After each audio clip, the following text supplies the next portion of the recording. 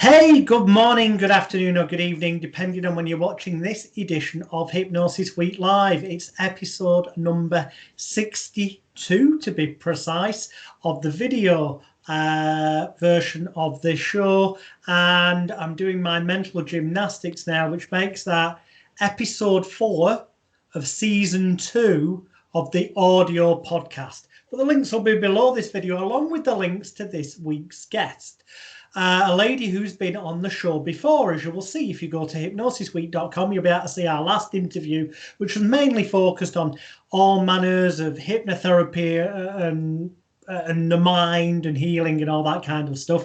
We're going to go into a more specific area today being the 25th of May 2020. And I mention that purely so if you find this in weeks, months or years to come, you'll realise that this was recorded while a lot of the world was still on lockdown, although some places were easing up a little bit from the COVID-19 coronavirus pandemic around the world, which raised some interesting thoughts. And the lady I'm about to introduce to you sent me a message and said, have you noticed that people have been having, sleeping more or having more dreams, or people who don't normally remember the dreams are doing, or that they're more vivid? And that's why we're doing this show. So please welcome back to the show.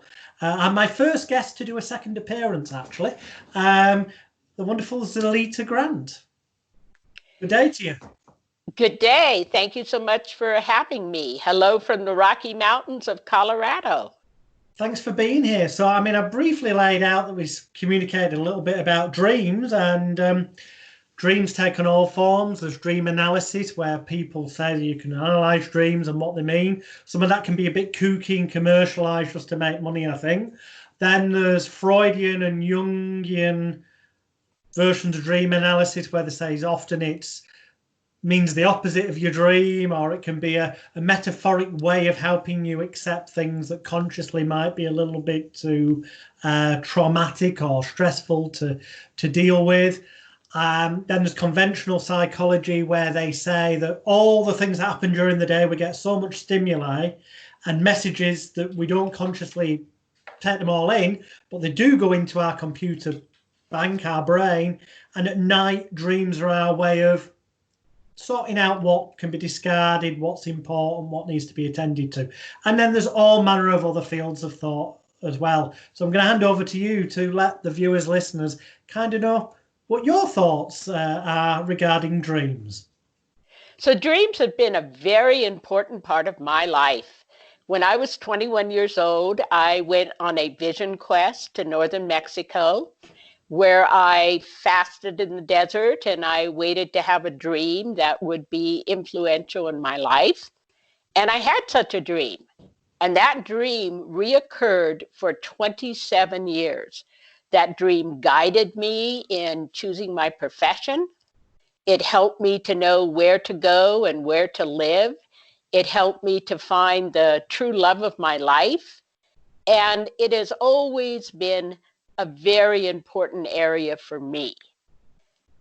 But something happened significantly in my dream world in December of 2019. And I had a very powerful dream. And in this very powerful dream, Mother Earth and Father Time were talking. And Mother Earth was talking about the damage to the earth. And I have to admit, I'm an ecological activist, and it's an important subject to me. And was talking about the fact that, the great apes were being destroyed so human beings could eat certain kinds of cookies, and that there was no way to get humanity to see that changes had to happen. And so Father Time stroked his long beard and paused for a moment and then looked directly at me in the dream, looked at me and said, "We will send a plague." And Mother Earth said, "Well, human beings are very inventive and they'll ignore the plague." And then Father Time said, "We will send more plague." And then the dream ended. And look what happened in the next few months to our world. So this made me feel that it was really important that people started listening again to dreams. Dreams have been very important in every single culture. They were considered to be messages from Great Spirit.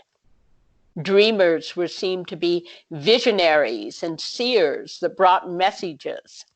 Artists listened to dreams and painted out of their dreams. But somewhere in the middle of the 20th century in the United States of America, dreams began to be identified with foolishness. Dreamers were considered to be fools, and the content of your dream world was considered to be meaningless. And so I began to feel an inner call in my life to help people begin to remember their dreams, to know their dreams are important, to understand their dreams, and to be able to use their dreams to improve the quality of their life. I have always been a student of dreams. And in the last few months, I have put together what I consider to be a really marvelous product called the Secret World of Dreams Kit, which includes a interactive dream journal in two forms. One you can print on your computer and type on, one you can download and write.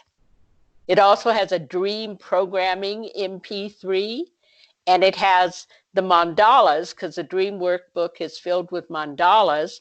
The mandalas are a separate download that you can print out and color, because mandalas help you to become more focused and direct your attention inside. And so I reached out to you because I know that you have a large audience to help bring this message to the world that it's so important to begin to take a look at your dreams. And when I was in the process of reaching out to people such as yourself, I noticed that there were some articles appearing in magazines that were talking about the fact that people are dreaming more and people are not really understanding what their dreams are about. So that's the foundation of our journey today. Well, obviously, when this video goes live tomorrow morning, below the video will be the usual links to your website and that. But if you can send me the link on Facebook Messenger before then, I can put the direct link to the particular dream package that you mentioned before. I will, so, definitely. There's all these different, as I mentioned before, there's Freudian analysis, Jungian analysis, there's the psychological view, there's psychotherapy. There's so many different views and models and constructs and ideas behind dream analysis. People who are not even involved in hypnotherapy or therapy, or if they are, haven't looked into dreams, are probably aware of, for example, the musical Joseph and his Technicolor Dreamcoat, which is obviously based on certain parables in the religious text of the Bible. That's more that, you know, saying that dreams can be prophetic. So let me make it simple. Yeah, you explain. So do you know the story of the 5 blind men and the elephant? Yes. That comes out of India? Well, please relate it in case there's listeners or viewers who don't know it. So 5 blind men were asked to describe an elephant, and they all reached out and touched the elephant. And one grabbed the tail, and one grabbed the leg, and one grabbed the trunk, and one grabbed the ear, and one grabbed the back. And each of them described the elephant according to what it was that they touched. So all of the theories about dreams are like that story. People are reaching out from their own particular biases and ideas, but the common message that we get from all of those systems is that there is important content of the dreams. Dreams can be our most direct message from the Great Spirit, from the source of all life. And that's why we have Joseph's Technicolor dream, a message from the source. Dreams can tell us how we really feel about ourselves. One time, a few years ago, I had a client whose mother-in-law was coming to visit for 3 months, and she kept telling me how much she was looking forward to this visit, but she kept having dreams of flushing her mother-in-law down the toilet.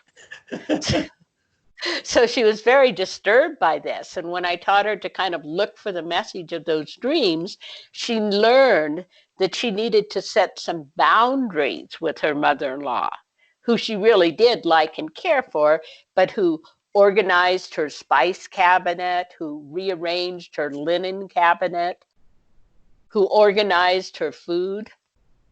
And when she realized that all of those things really bothered her, she was able to kind of get to a place of truth about herself and establish some boundaries, which, didn't destroy the relationship, actually enhanced the relationship.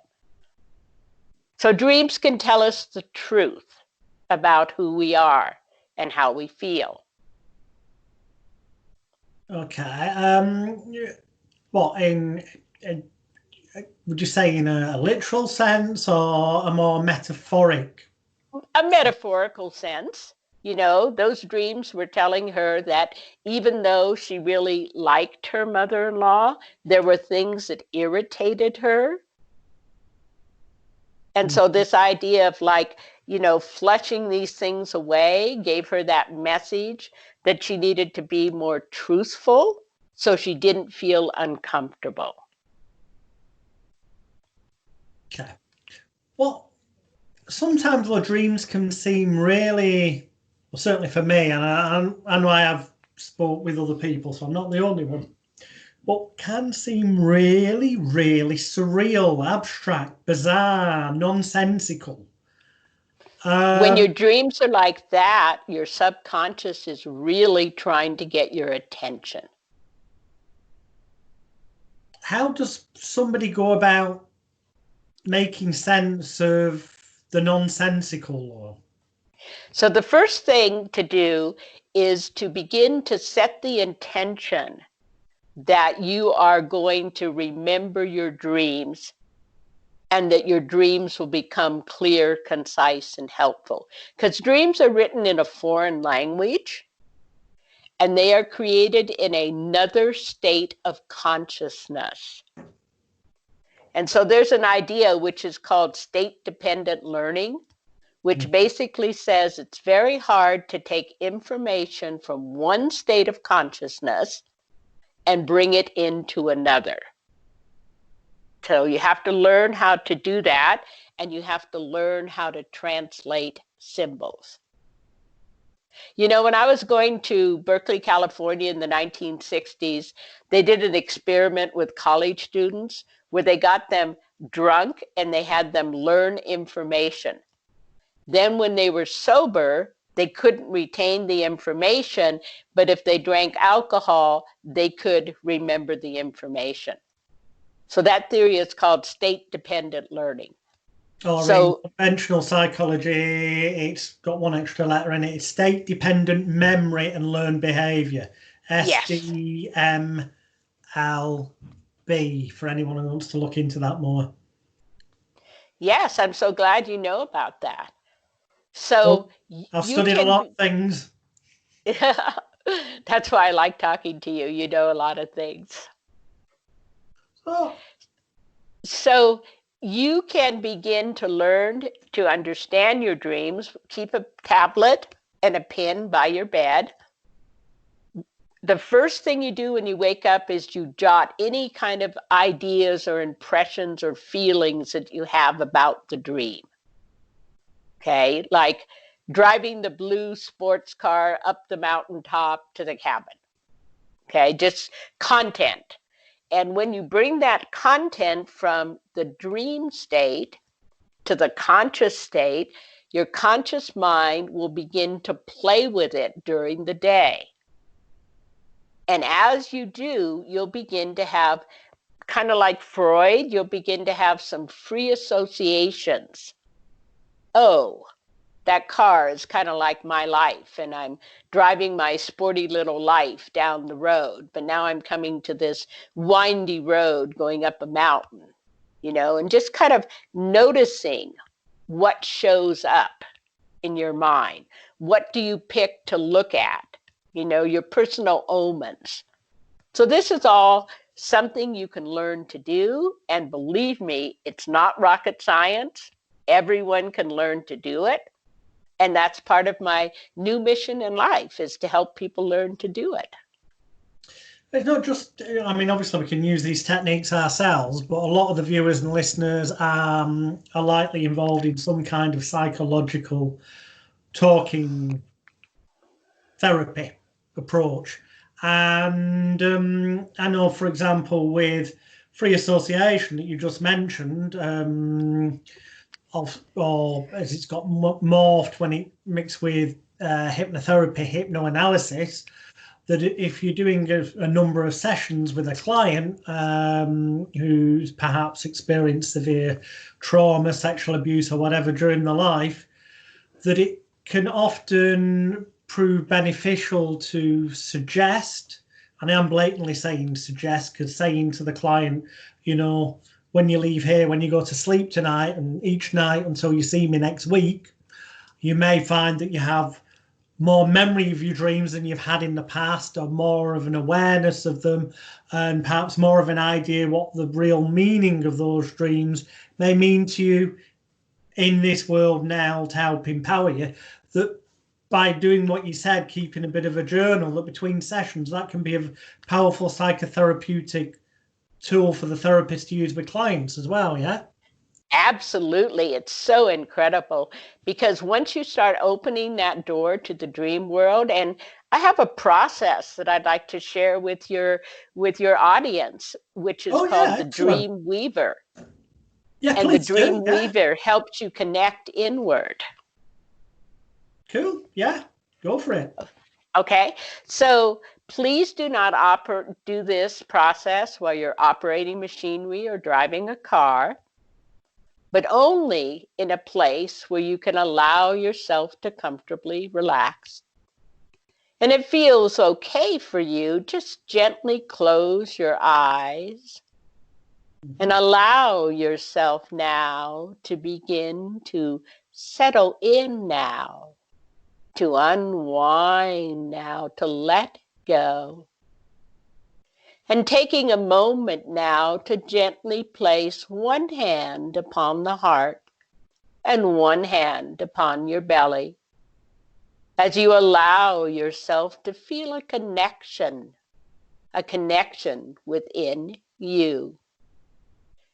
Now taking a long, deep breath in through the nose, let it out through the mouth with a sigh.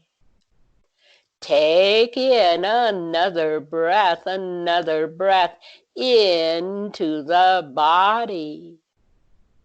And as you exhale, you let go, you unwind, and you breathe, and you breathe.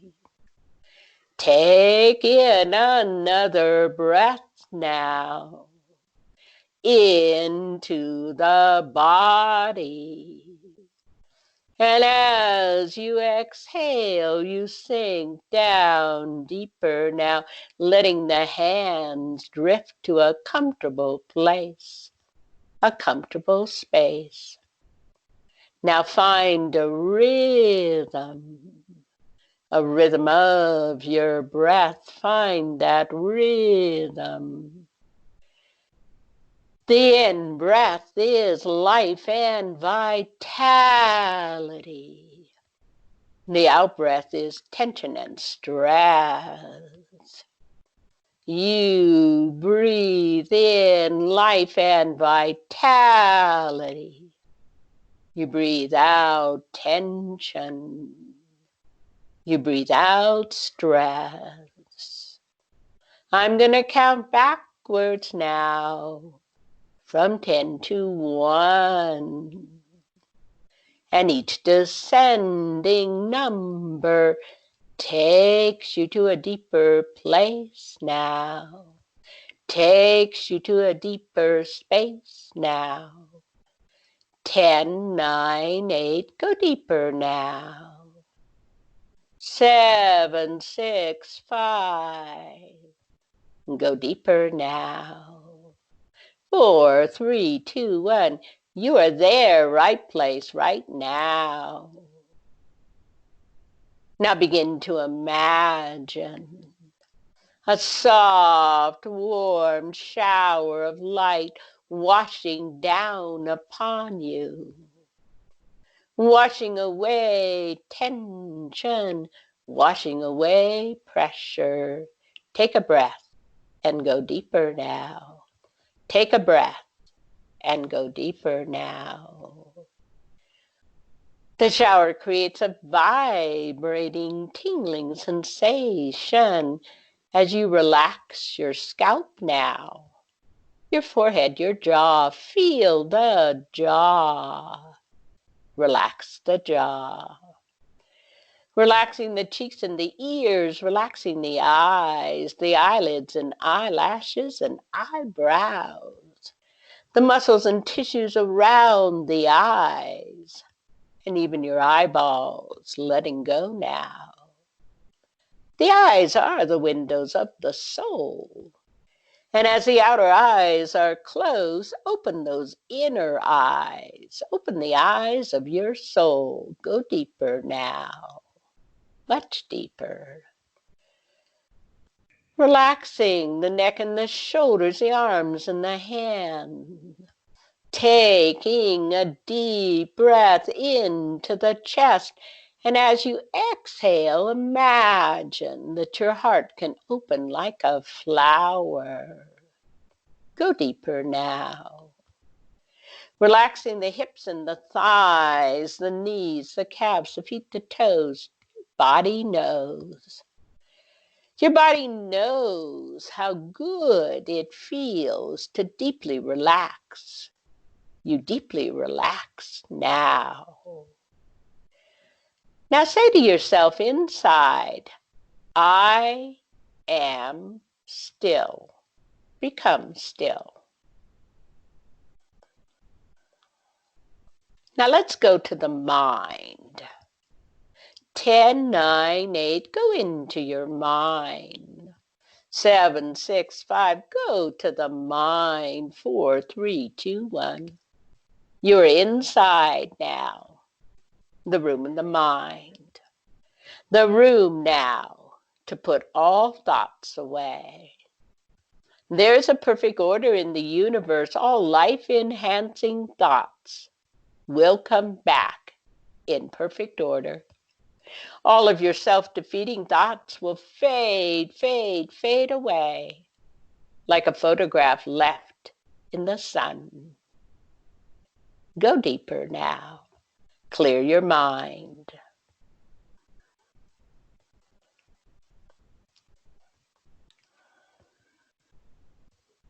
And it's good to know now that you have a conscious and a subconscious, and that's so good to know.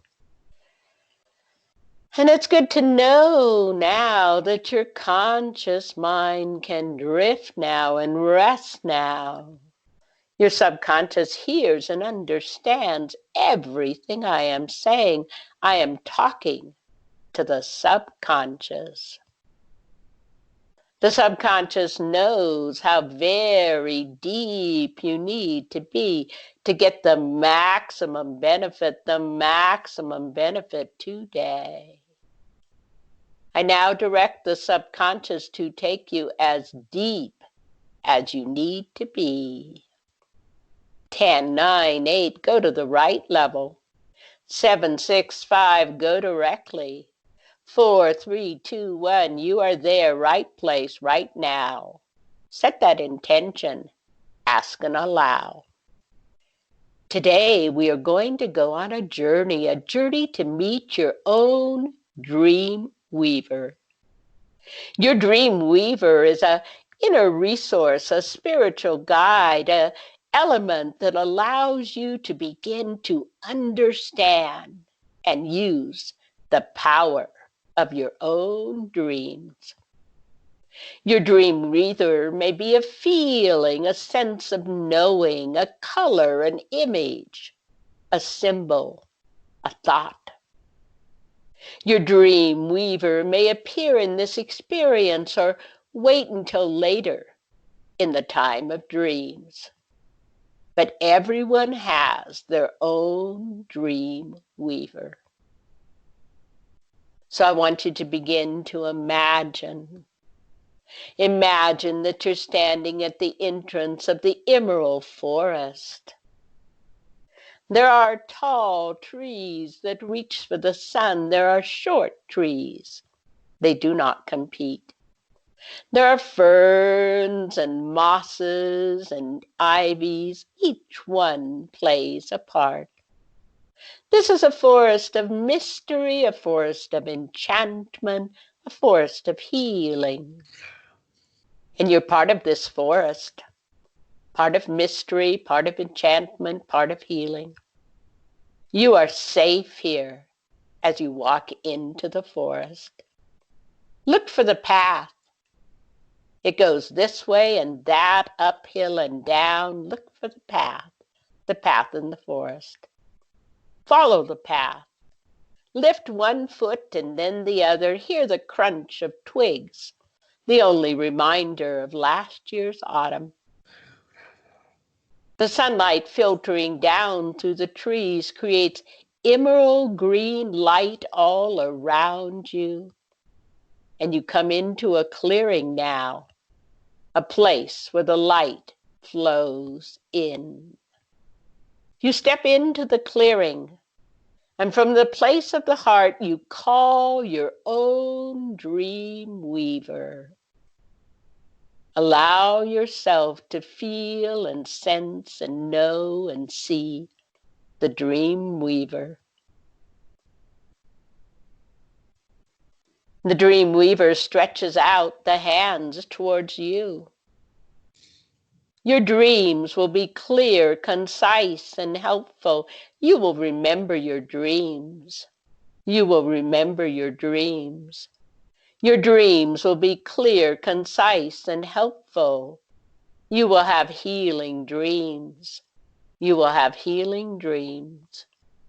Now, in an easy and natural way, this process integrates into you, body, mind, spirit, and emotions.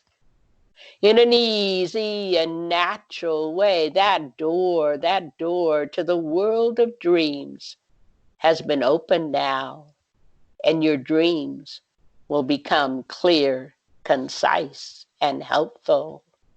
You will remember your dreams. Getting ready to come back now, I'm going to count to 5. When I say 5, you'll feel wide awake, centered, balanced, and you'll have a connection to the dream weaver and the world of dreams. Getting ready to come back now, counting to 5. 1, take a breath into your body. 2, gently moving fingers and toes. 3, moving and stretching. 4, getting ready to gently open your eyes. And 5, letting the eyes open, becoming awake and aware. Ow. Snap my fingers. Yeah. Wiggle your fingers, wiggle your toes, come fully back into this world.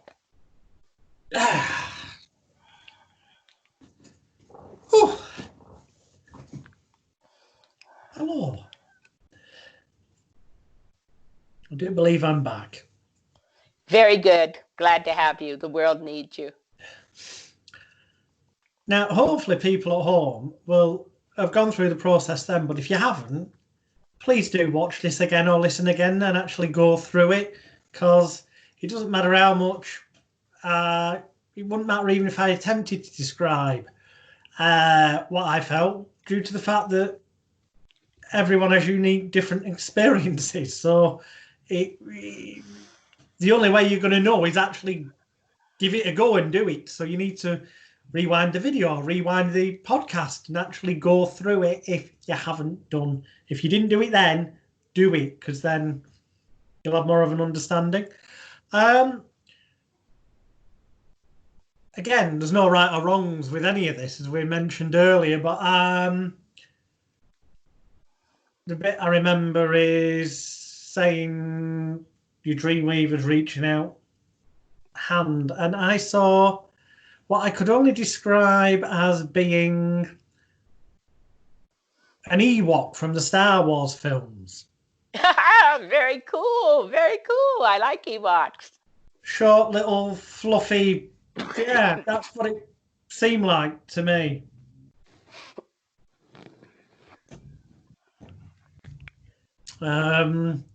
Obviously, it'll be different for everyone, you know, who does this, but that's what it was for me. And I definitely do feel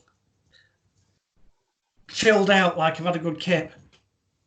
Good. Meaning sleep. It's another word for sleep. Sorry, I realised I just went into slang words there. But yeah, no, I feel like I've had a right good rest, even though that was only, what, 7, 8 minutes or something? I don't know. Yeah, about 10. About 10. Well, it feels like I've had a right good afternoon nap for an hour or two anyway. So, I mean, it's one of the secrets of all hypnosis that if you actually go into a good, deep hypnotic state, it's the equivalent of 3 or 4 hours of sleep. Excellent. So, I've got to get my brain to now go back into alertness mode to obviously ask a few more questions, because I just feel like, yeah, we know that hypnosis is not the same as going to sleep, really, before anyone watching or listening thinks I'm suggesting such. But I'm just saying that that's how I feel as though I've just woken up. So I'm just getting my alertness back. Have a bit of coffee. Yeah, I should have snapped my fingers. Well, yeah. No, whatever works for you. Excellent. So, what do you think about, what's the difference between normal dreaming? I mean, I know this, but I want your view for the viewers and listeners. Normal dreaming that just happens of its own accord, and so-called lucid dreaming. So, lucid dreaming, some people spontaneously know how to do, other people can learn, is being aware of your dreaming while you're dreaming. Mm-hmm. And being able to, as you develop more skills, change the course of the dream. Why would somebody want to change the course of a dream? So, if you are having a dream that is somehow frightening and you're feeling disempowered in the dream, mm-hmm. then you might want to change the course of the dream. So I worked for a period of time really quite a bit with young children. And some of those issues of young children had to do with nightmares. And I can remember working with one little boy who very often saw monsters in his dreams and really had some awareness he was dreaming, but could not get out of the dream. So there was a lucidness to the dreaming. So I taught him to shrink the monsters, so that if the monsters shrunk down to like the size of like little puppy dogs and he maintained his regular height, he could be stronger and more powerful than the monsters. So this is a bit of an out there metaphor, but I'm going to relate it. And if viewers and listeners know what I'm on about, this will make sense to you, possibly. If you don't, then you can always rent the movie that I'm going to mention. But the Nightmare on Elm Street films with Freddy Krueger, this the horror films from sort of the late 80s, late 80s, early 90s, with the spiky glove and all that, and the burnt face, and it appears in people's dreams, but also in the real world as well. And there's this idea of dreams can become reality, but in the film, they have to go into their dreams, go to sleep, and then take control of what's happening in those dreams in order to be able to defeat this Freddy Krueger character. And in the same way, I kind of guess you're saying that if you can start to take control of the dreams in the sleep dream world, that whatever they metaphorically were standing in the way of or representing as a stress and anxiety or whatever, may stop manifesting itself in a negative fashion in the real conscious waking world. I think that's absolutely correct. And I think that's an absolutely brilliant metaphor to connect into what I'm saying. It also shows I'm paying attention and what you're saying makes sense. Yeah. You know, I think it's good to like touch on the fact that there are different types of dreams. Like the most common dream people have is called clearinghouse dreams. And clearinghouse dreams is just kind of like sorting the events of the day, you know, kind of like replaying scenes, organizing things. And the mind does that to help keep you sane and balanced so you don't feel overloaded. It processes your day. And then there are dreams that are interference dreams. And interference dreams are like you had pizza and it's upsetting your stomach and you kind of see a blue-eyed monster, or you hear a car backfire and you begin to have dreams about a shootout with gangsters and cops. You know, something has interfered from the outer world and is affecting your dreams. Another type of dreams is dreams that are kind of issue-solving dreams. You know, dreams where something that you're like worrying about in the outer world, you have a dream, and through the story of the dream, you kind of resolve the outer world conflict. Another type of dreams are the creative dreams. Now, there's lots of stories in history, like the man who invented the sewing machine. He kept dreaming of natives with spears with holes in them that had thread going through cloth. And he got the idea of the sewing machine from that. You know, a lot of the authors that come from your country, you know, Dickens was a person that had dreams, and his dreams turned into stories. Robert Louis Stevenson, he dreamed about Tom Sawyer. Each chapter from Tom Sawyer would appear as a dream. And so he wrote that book in a pretty fast amount of time because he would wake up each morning and just write the chapter of the book. So lots of people have gotten creative inspiration through their dreams. Well, Tesla, I can't remember whether it was Tesla, Nikola Tesla, or Einstein, or it might have been both of them, who said something which was along the lines of dreaming is a way to manifest reality, and a way of connecting to the universal consciousness. Yes, definitely. And also the consciousness of our own body.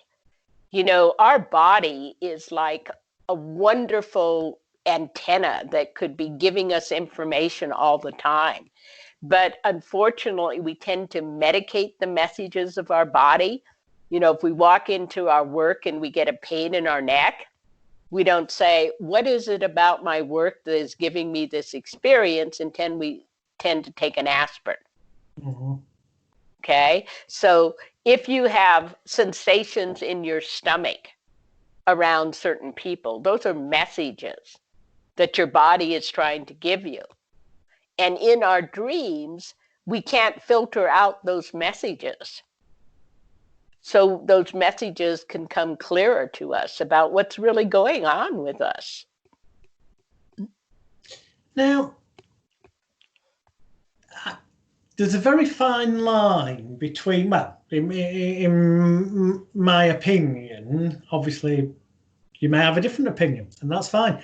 There's a very fine line between lucid dreaming, taking control, kind of becoming aware of being in your dream and steering its direction, and so-called astral projection.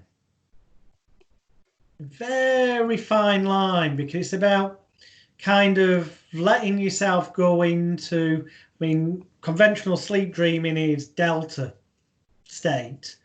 Arguably, astral projection is theta, deep state of theta, which is arguably hypnosis, meditation state. But there's a very fine line between the two. There's a point where they both kind of blur. So my question would be, if you're directing, if you're lucid dreaming, you're directing your sleep state dreams, and you direct it to go and visit a place in that dream and it feels real, have you arguably astrally traveled to that place? You know, some people would say you have. I wonder perhaps if, you know, we talked a little bit about how dreaming is a different state of consciousness, and think about all of the things that we can do in common consensus, ordinary reality. You know, we can do deductive learning, we can do inductive learning, we can do being able to come to consensus. There's many skills that we have to use the mind. What if there are dreaming skills? What if there are dreaming skills about how to process your life faster and how to be able to open those doors to being your own inner advisor about your health and being able to do skills like astral projection? I wonder if maybe those things aren't all possible as we begin to study more the dream world. Because I've read some stuff regarding, I suppose I can only really call it elements of ritual magic, and by magic I mean MAGICK, magic. Right. Not Paul Daniels, David Copperfield pulling a rabbit out of a hat. I mean, I know what you're talking about. That blurs the line between astral projection, lucid dreaming, and such. With positive healing effect, distant healing can be one side, but then the polar opposite would be placing spells and negativity up on a person. That's why I think that all things need to be done from a premise of ethics, integrity, and only desiring the greater good for yourself and for all others. So what can people, let's just entertain for the minute, because viewers and listeners might be thinking, good God, Jonathan, you're getting a bit new agey, tree huggy, happy clappy here. I'm just exploring possibilities and putting it out there. Because obviously, as with anything, if somebody believes something is possible, then it's more likely to feel, to them at least, that it may have occurred to them because they entertained that belief in the first place. Whether it has any basis in reality or not, irrelevant generally, because if they feel it does to them, then obviously in their reality it does. So how can people protect themselves from other people, arguably, with the example I've just given, using nefarious intent in their own astral projections or dreams I believe to interfere with us? I believe that people can be naturally protected by allowing themselves to feel in alignment and connection with the source. Okay, you could call the source God, you could call it Christ power, you could call it positive thought, you could call it many things. I don't believe that anyone, just like no one can hypnotize you to do things against your will. See, we'll have to disagree on that one, because I have first-hand real-life experience that I've done for media companies, which made it legal to do it because it was part of a media project, of doing things that otherwise would be deemed illegal. And you can most definitely hypnotize people without their knowledge, without their consent, to do things that are totally against their moral code and values. done it. Okay, well, you may have further information than I have. But I do believe that we can be ultimately connected by our connection to the source. You know, I always like to go to sleep imagining that I'm surrounded by wonderful golden healing light. Okay, I cool. always Yeah, like to I've read practice about for. why. Well, I've read and experienced certainly in spiritualism. A lot of people who do angel therapy. Again, I'm not saying that angels are real or anything. I haven't lost the plot. Viewers or listeners, believe what you want, but the metaphor is always generally of a white, bright, healing energy light. And if you visualize encapsulating yourself in that, so many belief systems believe that will protect you from the stuff. Yes. And I personally have a prayer that I say each night, and I say, the love of God surrounds me, the Spirit of God enfolds me, the power of God protects me, the presence of God watches over me. Where I am, God is, and all is well.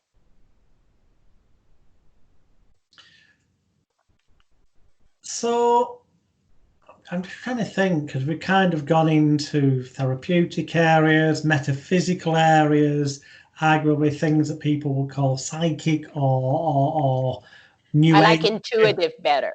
Intuitive. Intuitive, that's another good word. Yeah. I mean, there's all different viewpoints on this, but at its core, I think the commonality between all the areas we've touched on, which I don't think anyone can really argue about, whatever their own personal experiences or beliefs are, is that dreams have an importance in our lives. Simple as. Yay, that's it. And That's it. and that paying some attention in a positive, intent and focused manner can help us as individuals to harness whatever that dream state may mean to you as an individual. Absolutely. And I guess if I've understood and been paying attention, that is what the package at the link below this video or audio podcast is going to take people through and teach them to utilize more efficiently, effectively, and such like. Absolutely. That's the whole intention and the purpose. Excellent. In which case, viewers and listeners, your next step, so to speak, if you've not already done it, the first thing I'd recommend you to do is to do what I said before. Go and actually participate in the exercise that Zoilita, myself, interacted in earlier. Do it for yourself, and then go and visit the links below this video or audio podcast and check out the package that was mentioned at the top of the show. I'm going to leave the final words this week to Zoilita to kind of sum up the kind of benefits you could get from paying a bit more attention to your dreams. Your dreams are important.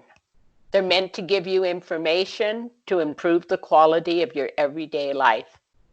Your dreams can become clear, concise, and helpful, and you can truly learn to understand your dreams.